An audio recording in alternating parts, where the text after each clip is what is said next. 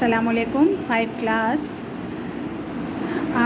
हमने अपनी हम का तकरीबन तमाम काम मुकम्मल कर लिया है। आज हम इसका मरकज़ी ख़याल लिखेंगे।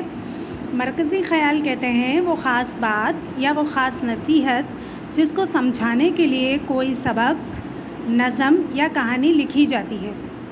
तो लिहाजा जैसा कि आपने इस हम में पढ़ा अल्लाह ताला की बेशुमार नेमतों को, और फिर ये जाना कि शायर आपसे ये कहते हैं कि आप इन तमाम नेमतों पर अल्लाह ताला के शुक्रगुज़ार रहें।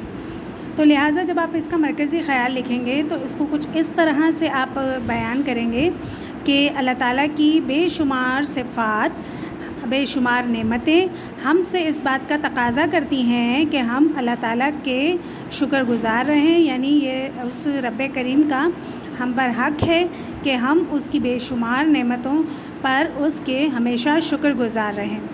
इसके साथ साथ बेटा आपको व्हाट्सएप के ग्रुप में एक तस्वीर शेयर कर दी जाएगी सरगर्मी के लिए, और उसके साथ आपने इस सवाल को हल करना है। आपकी स्क्रीन पर नज़र आ रहा है, दी गई तस्वीर में से आप अपने रब की दी हुई कौन सी नेमत का खुसूसी शुक्र अदा करना चाहेंगे। उस नेमत का नाम और उसकी अहमियत पर 3 जुमले लिखने हैं। ठीक है, आपको एक पिक्चर शेयर की जाएगी ग्रुप में, व्हाट्सएप के ग्रुप पे आपको एक पिक्चर भेजी जाएगी, सरगर्मी है, एक तस्वीर है, उसमें अल्लाह ताला की बहुत सारी नेमतें दिखाई गई है। आप क्या समझते हैं कि उन तमाम नेमतों में से कौन सी ऐसी नेमत है जो आप समझते हैं कि ये सबसे बड़ी अल्लाह की नेमत है और इस पर अल्लाह ताला का ख़ास आपको शुक्रगुज़ार होना चाहिए। तो आप इस काम को इस तरीके से करेंगे, नेमत की हेडिंग लगाएंगे, फिर आप उस नेमत का नाम लिखेंगे। ठीक है, वो सूरज है, बारिश है, पानी है, दरख्त है, पहाड़ है, पौधे हैं, आपकी नज़र में कौन सी ऐसी नेमत है जिसका ज़िक्र आप करना चाहेंगे।